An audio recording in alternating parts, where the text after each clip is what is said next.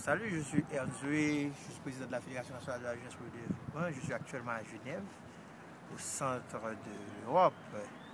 Donc, j'ai été invité par le CERA à participer à un colloque sur le tremblement de terre qu'on a eu en Haïti le 12 janvier.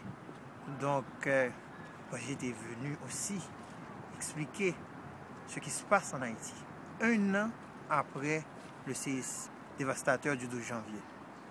Donc, je suis venu dire que l'aide qui a été octroyée en Haïti, finalement, si on vérifie, il n'y a rien. Il n'y a rien. Il y a 1,5 million de personnes dans les rues. Il y a actuellement, on gère le choléra.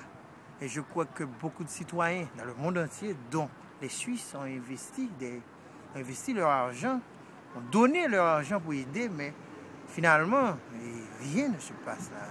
Il y a tout, il y a tout comme problème. Problème d'assainissement, eau potable. Et puis, actuellement, ce qui est pire, ce qui est à dénoncer, on a déclaré une zone dans le nord et de Port-au-Prince, zone d'utilité publique, où il y a presque 800 000 personnes qui vivent dans des tentes sans rien. Donc, c'est une situation assez difficile. Donc, moi-même, je viens ici pour dénoncer ça. Pour moi, c'est une violation aussi des droits humains.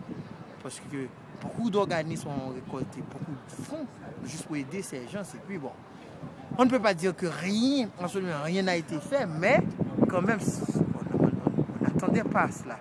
Et aujourd'hui, on gère le choléra. Il y a actuellement près de 100 000 personnes qui ont été atteintes. On a fait le maximum pour éviter qu'il y ait des cas de choléra dans nos camps, mais on ne pourrait pas se tenir 3, 4, 5 mois. Combien de camps, combien de personnes vous gérez? Oh bon, nous, la Fédération et nationale de la jeunesse pour le développement à travers le réseau Vicar accompagne 50 camps qui regroupent plus de 57 000 personnes.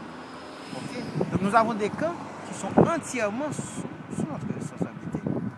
Okay? Il y a des camps que nous accompagnons, mais il y a des camps qui sont entièrement sous notre responsabilité. Il n'y a aucune structure internationale pour accompagner ces gens. Il n'y a rien. Donc c'est nous qui faisons tout. Donc c'est pas facile. Donc je souhaite que au moins les voix s'élèvent pour dire non. Et aujourd'hui on parle de la reconstruction pour que si Haïti reçoive cette somme, pour que cet argent-là fasse ou participe ou aide à reconstruire Haïti, qui est un pays ravagé, dévasté. Vous avez vu dans les médias ce qui se passe. Donc, je pense que vous allez élever votre voix pour dire Haïti fait partie c'est un patrimoine de l'humanité. C'est un pays assez intéressant, riche culturellement, avec des gens sympas. En même temps, Haïti a des réserves aussi. Ok? Donc, en tout cas, j'espère que